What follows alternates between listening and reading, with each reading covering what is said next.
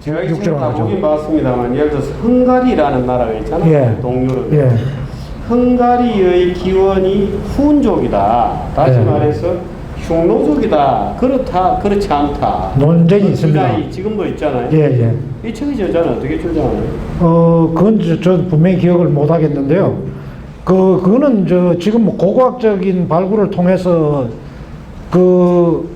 결국 이제 지금 나중에 이제 뭐 유럽 쪽에서 인구들이 유입되고 혼혈이 돼서 그렇습니다만은 지금 그 헝가리 고고학자들이 아틸라, 예. 훈족 왕 아틸라 이 시대의 무덤들을 고분들을 많이 발굴하고 있는데 유골들을 조사를 해보면은 아틸라를 따라다니던 사람들의 20% 정도는 순수한 몽골리안이라요.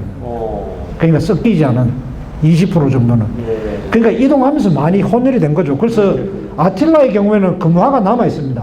훈족왕 아틸라라는 그 책에 보면서 저도 사진으로 그 금화를 봤는데 그 금화에 나와 있는 아틸라의 옆모습을 네브리코의 그 동양적인 모습은 전혀 아닙니다. 아니죠. 몽골리안의 모습은 아닌데 아무튼 그러나 그 사람들이 무슨 혈통상으로 뭐 몽골리안이든 아니든 뭐 페르시아계든 뭐든 간에 그 관계없이 적어도 삶의 방식은 유목적인 삶의 방식을 유지했었다는 거죠. 우리 친구들이 잘 아는 거로 얘기하면 무슨 반지 제왕 같은 드라마에 보면 그 반지를 탈취하기 위해서 이 사우론인가요? 그 악당이 보낸 4명의 흑기사가 나타나잖아요.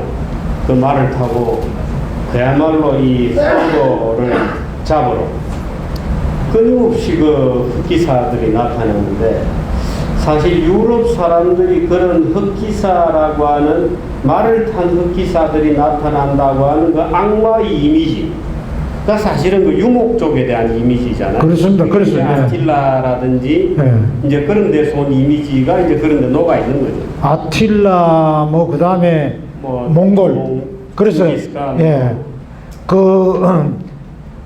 이 달단족이라고 있죠. 타르타르. 예. 그러니까 사실 몽골 부족 가운데 타르타르 부족이 있었어요. 징기스칸이 통일하기 전에. 근데 아무튼 서양에서 이 사람들을 타르타르라고 부릅니다. 예? 타르타르라고 부르는데 타르타르라는 알자를 앞에 알을 하나 빼면은 또 죽음이란 뜻도 있고 해가지고 그런 이미지까지 겹칩니다. 그러니까 사실은 어떤 애들 울음 거치게 하는 요소가 순사 온다가 아니라 그거는 몽골 사람 온다라고 하면 애가 울음 거치는 거죠.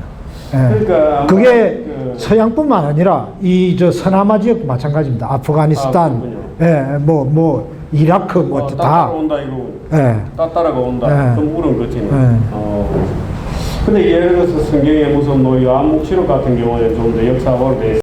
그런데 나오는 반지 제왕 이런 데 나오는 그 악마의 이미지 말을 타고 이렇게 검은 말을 타고 흑망토를 두르고 나타난 이게 사실은 몽골 군대에서 까만 옷을 입은 병사들이 있었죠. 제가 어디선가 본데 그런 이미지로 이제 만들어 놓은 그 얘기를 들었는데 훈족 얘기를 좀 해보시죠. 예를 들어서 신라 예를 들어서 김춘추다. 신라의 이 왕족은 훈족의 후예들이다는 주장이 있잖아요. 흉노. 예. 처음 들으실 텐데. 그죠? 한동안 우리나라에서 굉장히 많이 이야기가 됐었죠. 우리 조갑재 선생님이 또 글도 쓰고 이랬는데요. 그럼요. 가지고 그게 이제 문무왕 비문에 이제 그게 있다는 거 아닙니까? 그래서 그거 이제 거꾸로 올라가면은 자기들 선조라고 이야기하는 사람이 나중에 중국에 투항했던 흉노 왕자라는 그러니까 흉노 좌왕 우왕이 있는데 예, 좌현왕 우현왕. 예, 좌현왕 우현왕. 예. 그 김춘추 태종 우열왕의 조상이 그 좌왕인 휴도왕의 아들로부터 이어지는 계보였고 예. 그때 한무제에게 격파당했었죠. 흉노가 한무제에게 격파당하고 그렇게 해서 흉노의 좌왕이었던 좌현왕이었던 휴도왕의 아들이 인질로 한무제의 궁성에 잡혀가서 노예 생활을 하다가 뭐 말을 하도 잘 키워가지고 뭐 어쩌고 저쩌고 뭐 스토리가 있었는데 그래서 한무제로부터 김이라고 하는 사성을 받게 되고 그래서 김일제라는 이름을 받게 되고 뭐 어쩌고 저쩌고 그래서 그 종족이 그 시족이 굉장히 커져서 나중에 한궁정에서 쿠데타를 해가지고 신나라를 세우잖아요. 왕망의 난. 그 신나라를 세워서 하다가 말하자면 실패하고 그 중에 일부가 탈출해서 김해 김씨가 되고 가락국에 와가지고 또 다른 계보로 해서 그 일족이 김춘추의 그 조상이 되고 뭐 이랬다는 건데. 그 자장 그 굉장히 흥미로운 이야기인데요. 사실은 이제 이런 그 궁금증의 근본에는 뭐가 있냐면 저 반도의 저쪽 끝에 있던 신라라는 조그만 나라가 어떻게 강성해져가지고 삼국을 통일할 수 있었을까라는 그 궁금증에서 출발하는 겁니다. 그래서 이미 이제 그 이야기 나오기 전에 여러분 지금도 서점에서 구할 수 있을 거예요. 법흥왕은 모용씨였다 이런 책도 있어요. 아 그래요? 예. 그래서 이게 뭐냐 하면은 선비족이 세운 나라 아닙니까? 그 옛나라가 그 사람들이 그 고구려하고 싸우다가 그 별동대 일부가 너무 깊이 들어와가지고 그 퇴로가 차단돼서 동해안 쪽을 따라서 내려왔다는 거예요. 그래서 이제 울진 지역에 지금 울진에 가면 그 중요한 비석이 하나 있습니다. 그 울진 지역에 머물다가 이제 다시 그 경주로 이제 들어와가지고 무슨 그 아래에서 태어났다 뭐 이런 설화는 만들어낸 거고 그래서 이제 실력자가 됐는데 이 사람들이 그 기마전술 그다음에 이런 것들을 이제 가져왔다는 거죠. 그래서 신라가 갑작스럽게 김씨의 등장과 더불어서 갑작스럽게 강해졌다는 겁니다. 근데 사실은 김춘추가 당나라하고 연합을 한 것은 사실 당나라와 이 약간 그 관련이 있었던 거죠. 그럼 왜 그래? 이세민이가 사실은 선비족 출신이고. 그리고 당세족이 너무 어려운 얘기인지 모르겠다. 요즘 이 젊은 친구들은 역사 국사 공부를 이제 오늘 이렇게 해가지고 흥미가 생겨가지고 지금 오늘 거론된 책들도 읽어보고 하겠죠. 이거 한번 빠지면 정말 중독성이 강합니다. 굉장히 근데 즐거운 중독이에요. 이거는 굉장히 유익한 중독. 그런데 약간 이런 것도 있는 것 같아요. 제가 지금 여기서 이 젊은 친구들에게 중국인의 역사관에 대해서 얘기하면 그러면 동북공정은 뭐란 말이냐 이렇게 얘기할지도 모르는데 중국 사람들은 자기 나라 역사를 지리사라고 이해를 하잖아요. 우리나라 사람들은 역사라 그러면 민족사라고 생각하고 중국 사람들은 자기 나라 역사를 자기 현재의 중국이라는 강력에서 일어났던 역사지 한족의 역사라든지 중국은 다 섞여 있으니까 무슨 만주족의 역사라든지 이렇게 생각 안 한다는 거예요. 그러니까 중국 애들은 현재 중국 영토 안에서 일어났던 역사는 다 중국사다. 그렇기 때문에 지리사예요. 우리처럼 민족사라고 생각하지 않는 거예요. 그러니까 실제로 중국 사람들하고 얘기를 해보면 얘들은 역사가 확실히 우리처럼 민족사적 관점은 전혀 아니구나 하는 게 탁 느껴져요. 그렇게 되면 이건 얘기가 더 이상 안 돼요. 그런데 그것도 아마 그 사람들이 필요에 의해서 만들어낸 논리인가요? 명분일지 모릅니다. 저는 왜냐하면 지금 그 중국에서 굉장히 물론 이제 청나라를 무너뜨리기 때는 굉장히 중국 민족주의에 굉장히 호소하고 이제 뭐 이민족을 몰아내자 이런 식으로 이제 이야기를 했지만 지금은요 청나라에 대한 비판은 중국 역사학계에서는 금기입니다. 예. 왜냐하면 청에 대해서 뭔가 나쁜 이야기를 하면 중국의 영토 절반이 문제가 돼. 그렇기 때문에 그 사람들은 철저하게 중국은 대부분이 자기들은 한족으로 이제 분류되게 동화가 된 사람들임에도 불구하고 여전히 55개, 56개 소수 민족으로 구성된 다민족 국가다. 그러죠. 예. 그렇게 이제 계속 주장을 하고 있는 거죠. 그래서 저는 그거 자체도 상당히 자기들의 특수한 상황을 반영한 시각으로 그렇게 내부적인 논리가 있군요. 예, 여겨집니다. 그리고 왜냐하면 그걸 그런 식으로 보기 시작한 게 그렇게 오래되지 않았다는 겁니다. 예, 그런 식으로 주장하는 게. 만일에 고구려가 당태종하고 싸워서 당태종을 무너뜨리고 고구려가 중국을 먹었더라면 어떻게 되었을까요? 고구려는 중국이 되었겠죠. 그러면서 흡수됐겠죠. 고구려는 중국이 되었죠. 예, 왜냐하면 우선 가정 자체가 이제 굉장히 이상한데요. 우선 삼국 가운데서 고구려가 통일할 가능성이 제일 희박한 나라였습니다. 그건 무슨 말씀이세요? 그러니까 고구려 백기 신라 중에서. 그건 무슨 말씀이시죠? 우선 우리가 이제 요즘식으로 생각하면은 땅이 넓은 게 굉장히 하고 뭐 인구도 많은 것 같지만 고구려 인구도 얼마 안 됐고요. 좌우전 이렇게 생각하시면 농경 시대에 농업이 국력을 결정하는 시대에 고구려가 예를 들어 장수왕이 남진에서 평양으로 천도하기 이전에 고구려라는 거는 생산력이라는 게 굉장히 제한되어 있었고 인구도 얼마 안 됐습니다. 그렇기 때문에 그래서 근근히 병원에서 먹고 살던 그렇습니다. 예, 굉장히 어떻게 보면 고구려가 그만큼 버틴 거는 장수왕이 고구려로 고구려 수도를 평양으로 옮긴 바람에 땅들을 확보해 가지고 했고 사실 고구려의 주몽이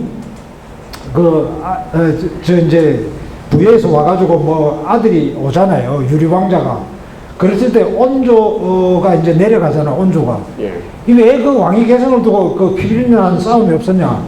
이제 역사적으로 보면 남쪽에 가서 더 좋은 땅을 발견한 거야. 온조가. 그러니까 남쪽으로 내려온 거죠. 한강 유역으로. 그래서 사실은 거의 땅도 없고 농업 생산력이 떨어지기 때문에 가능성이 굉장히 희박했고요. 그 다음에 만약에 고구려가 삼국을 통일했다면 중국이 모든 힘을 기울여 가지고 쳐부쉈기 때문에 지금 대한민국은 나는 존재하지 않을 겁니다. 만일에 고구려가 참 역사의 과정이라는 게 재밌는 또 터마한 얘기인데 고구려가 당태종을 깨부수고 당나라를 먹었더라면 지금 고구려 땅은 중국 땅이 되어 있을 거다. 그랬더라면 삼한도 자동으로 통일됐겠죠. 그러면은 이 한반도까지 포함해서 거의 중국의 일부가 돼 있었을 겁니다. 중국이라는 거대한 늪에 빠져버리는 거죠. 인구가 얼마 안 돼요. 중국하고 비교해보면. 그래서 거기 결국은 근데 그래서 제가 이 중국에 대해서 얘기할 때는 마음 한쪽에 끄름칙한 것은 사실 도시로 향한 또는 인구의 집중, 도시화 이런 데 대해서 우리가 굉장히 마치 부정적으로 생각해야 되는 것처럼 교육을 받지만 그건 아니죠. 사실은 도시화되고 인구가 밀집된 이것이야말로 어떻게 보면 문명의 본질일 수도 있죠. 문명의 본질일 뿐만 아니라 또 하나는 이제 잉여가 생산되는 잉여가 그만큼 많다는 겁니다. 다시 말하면 역사는 똑같아요. 도시가 만들어졌다? 라고 이야기하는 것은 사람들이 농업에 생산에 종사하지 않아도 되는 사람들이 있다는 이야기예요. 잉여계급이 존재할 수 있다. 네, 그렇습니다. 그게 굉장히 중요해요. 생산력이 증대됐다는 걸 바로 이야기해 주는 거고, 생산력이 커졌기 때문에 사실 어떻게 보면 계급 분화도 일어나는 거예요.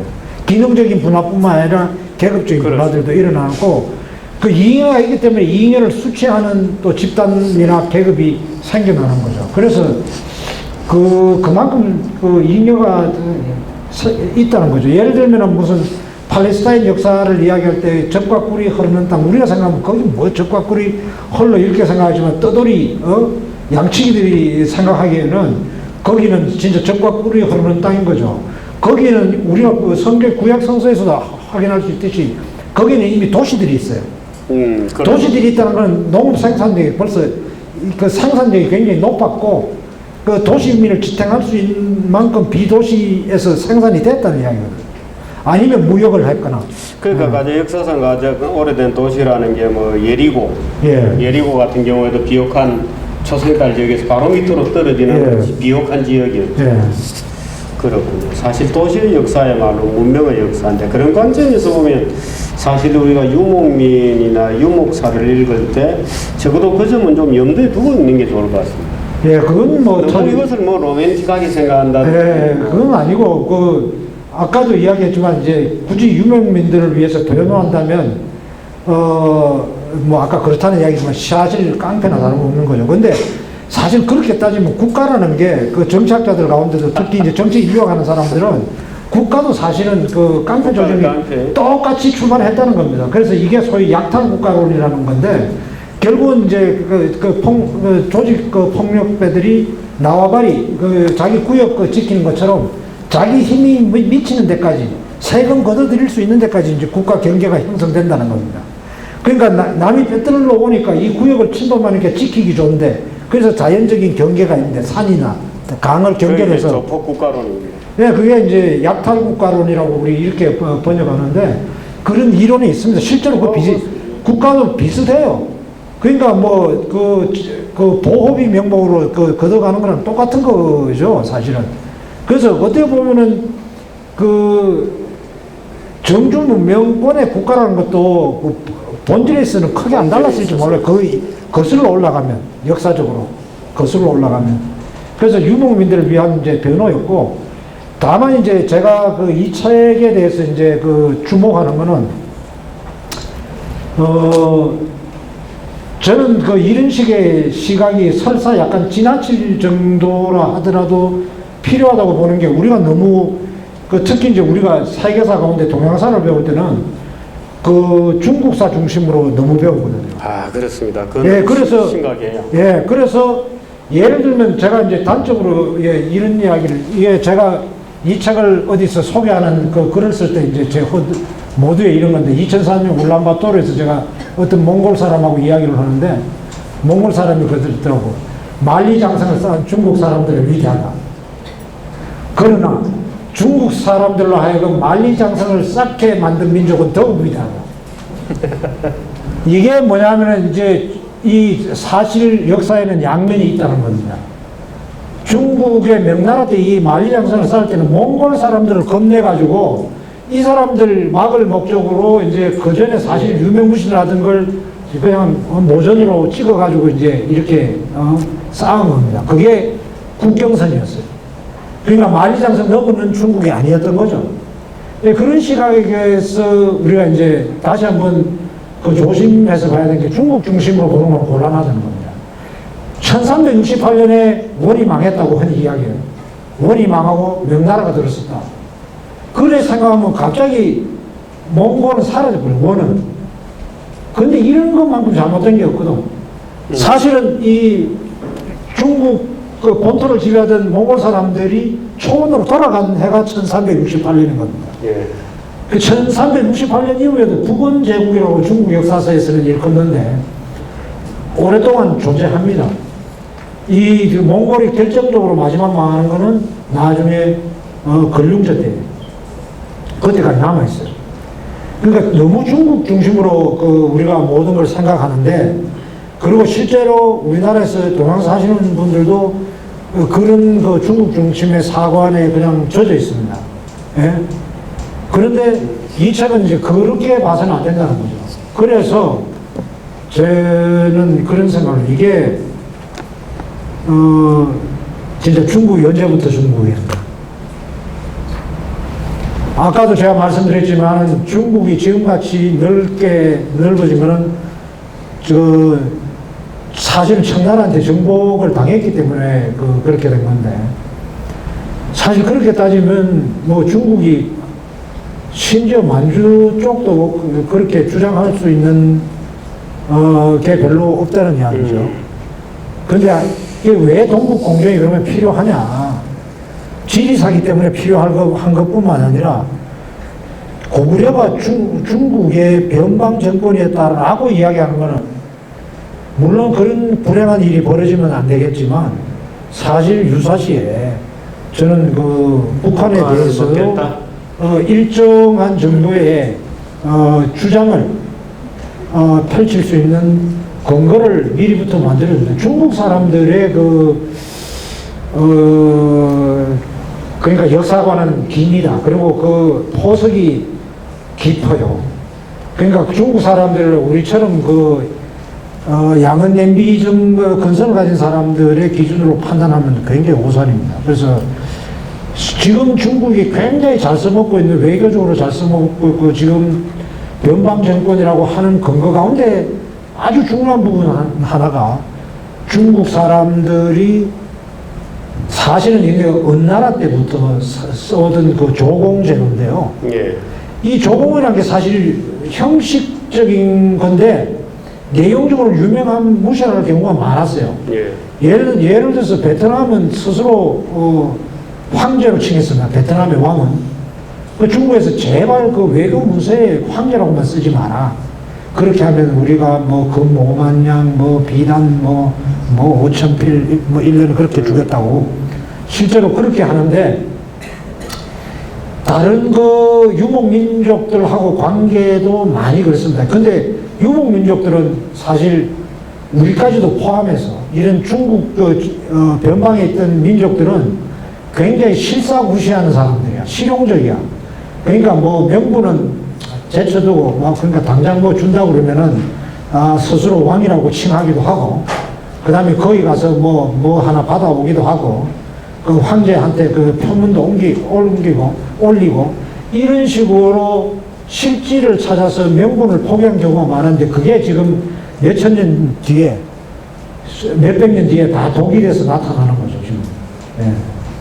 실제로, 발레 이런 데도 중국 별 관계 없었는 것 같은데도, 그 사람들도 나중에 제국이라고 그랬지만 중국의 외교 문서 보낼 때, 신칭했거든, 실제로.